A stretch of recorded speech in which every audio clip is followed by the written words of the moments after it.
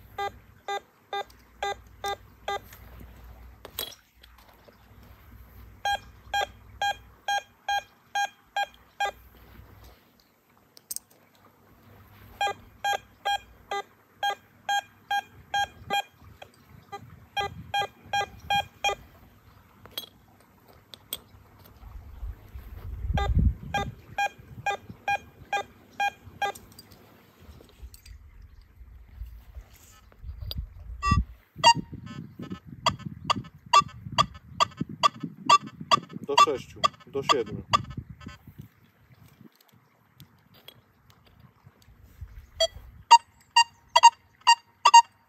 Do 40 od 7.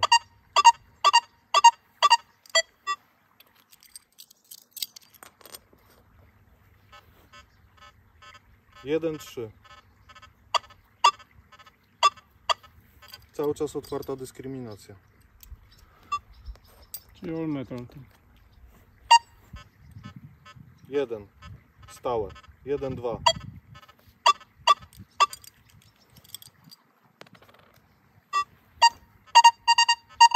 Stałe 43. Pod spodem jest dużo żelaza, także ten dźwięk żelaza jest rzeczą normalną. 1.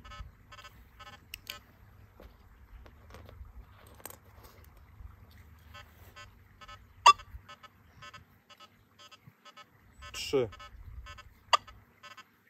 4.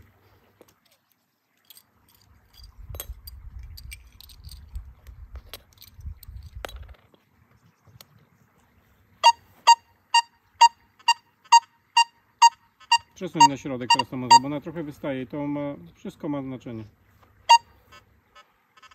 Już jej nie słychać. Już jej nie słychać. No. Ale buja od 4 do 17. Zatrzymało się na 4. 4, 11, nawet 60. Mhm.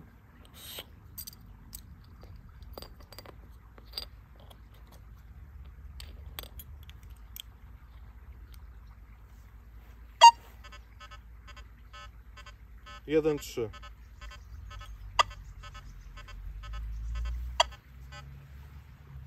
Który jeszcze nie był? Niebieski. Tak, nie bierz czegoś. 1.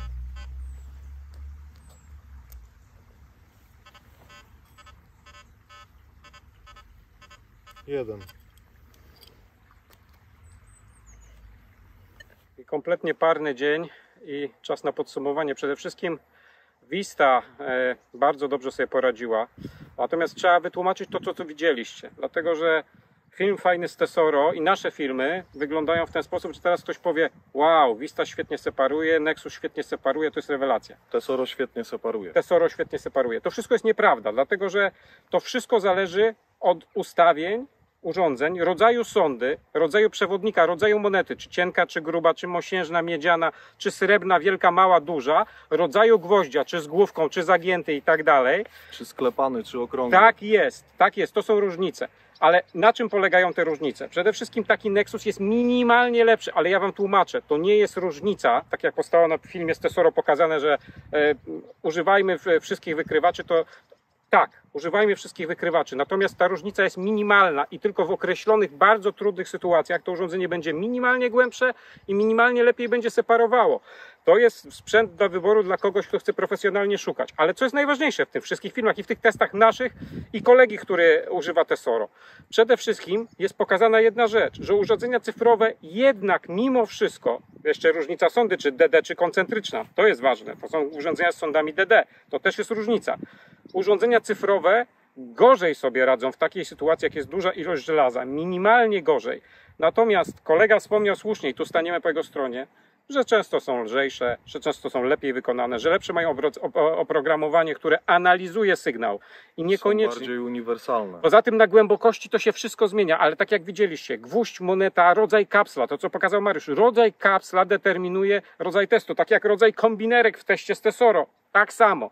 Rodzaj monety grubości. Załóżmy się, że jakbyśmy włożyli grubą miedzianą monetę pod wybrany kapsel, który najbardziej bije na żelazo, jest najbardziej stop przypomina żelazo, to by ten test się perfekcyjnie udał. Myśmy pokazali w tym teście, że to zależy od rzeczy, które są używane. Natomiast Nexus jest urządzeniem, które jest lepiej wykonane, tak jak powiedziałem, ale nie jest potrzebne Wam wszystkim. Nie jest potrzebne osobom. Mariusz na przykład w tej chwili, jak chodzi po takim żelazie, jemu by się to przydało, ale jak zaczynaliśmy naszą karierę i chodziliśmy po jakichś śmietnikach, to niekoniecznie. To też bywa utrapienie. Ja to tak widzę przynajmniej. I dokładnie, tu jak Michał wspomniał, wszystko ma znaczenie, nawet to, jaki kapsel po piwie czy po napoju mamy pod sondą, gdyż różnią się one stopami i to właśnie chciałem pokazać, że żółty kapsel był prawdopodobnie najbardziej żelazny, a zielony najbardziej kolorowy.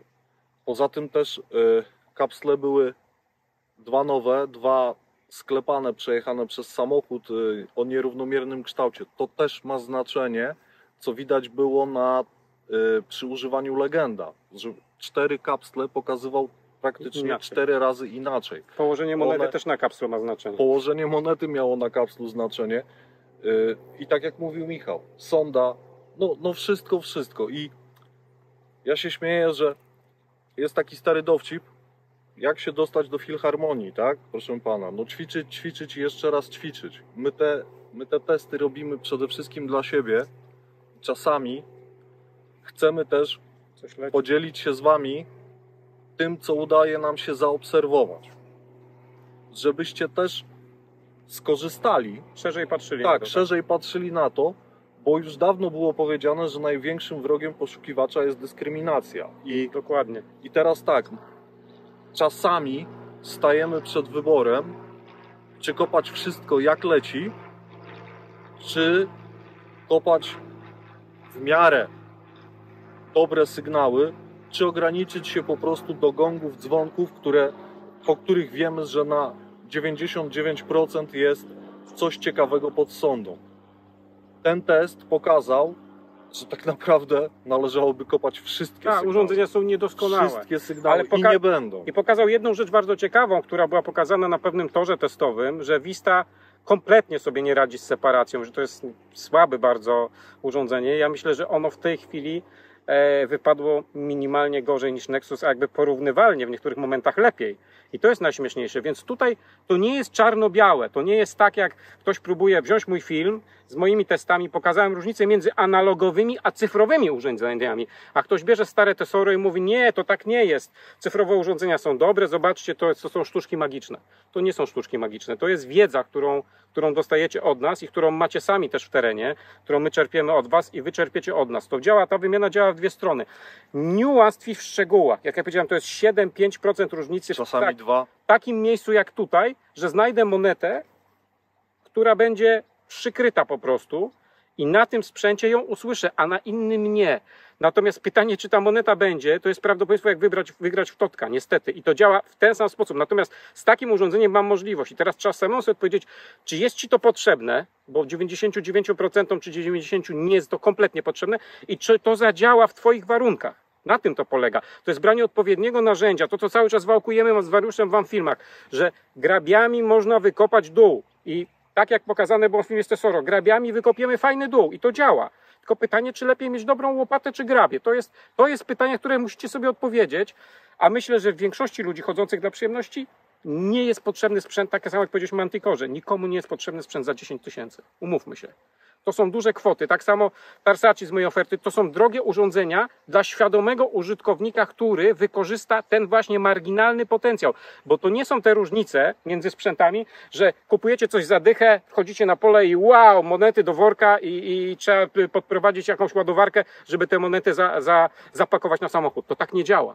To jest minimalny procent, a często jest tak, że nie udaje się wam wykorzystać tego potencjału, bo albo nie umiecie tego nastawić, albo nie macie szczęścia, albo warunki pogodowe się zmieniają, glebowe i tak dalej i nie wykorzystujecie tych 7-5%, które daje urządzenie, albo źle skalibrowaliście do gruntu, co często widzę, ludzie kupują zaawansowane urządzenia, wszystko ustawiają, nie potrafią dobrze skalibrować do gruntu, urządzenie jest sprzedawane, bo jest do dupy, ono nie działa i tak dalej. Nie, to nie tak. To nie tak. I ja sam, na przykład Nexusa, uczę się już któryś tydzień z kolei. Któryś model z kolei. I nie mogę powiedzieć, że się nauczyłem, że umiem, bo to jest zupełnie inne urządzenie. Kompletnie. Po prostu. Ja wiem po sobie, jak pierwszy raz wziąłem do rąk Tarsaci i No tak, to byłem przerażony, bo tak jak mówi Michał, cena, wydawało mi się, że ten wykrywacz będzie och i ach i łohoho, a ja się na nim za pierwszym wyjściem zawiodłem. Dopiero za drugim czy za trzecim razem, jak zacząłem z tym chodzić, zrozumiałem, co on do mnie mówi, co on mi pokazuje, to wtedy dopiero dotarło do mnie, jak to jest ciekawy, nie mówię dobry, ciekawy sprzęt, jaki on ma w sobie potencjał. I to nie jest tak, że na przykład wspomniane Tarsaci nie ma wad. Bo ja wam mogę powiedzieć o jednej wadzie tego sprzętu. Używałem go na zlocie pośród 100 osób i on się tam kompletnie nie sprawdził. Nie dlatego, że nie byłem w stanie go skalibrować, nie dlatego, że nie słyszałem, nie rozróżniałem sygnałów. On zbierał 50% wykrywaczy z okolicy. Tak, zakłóceń. Nie ma możliwości odstrojenia. Nie było możliwości odstrojenia zmiana go, dlatego że częstotliwości, tak. ludzie przechodzili obok mnie z różnymi sprzętami, jak to się zazwyczaj odbywa na zlotach, tak? Na powierzchni 10 metrów kwadratowych jest kilka osób, na powierzchni 100 metrów kwadratowych jest już kilkadziesiąt osób. I on, jak odstroił się od jednego rodzaju sprzętu, przechodził ktoś z innym sprzętem i znowu go zagłuszał, znowu go zapychał.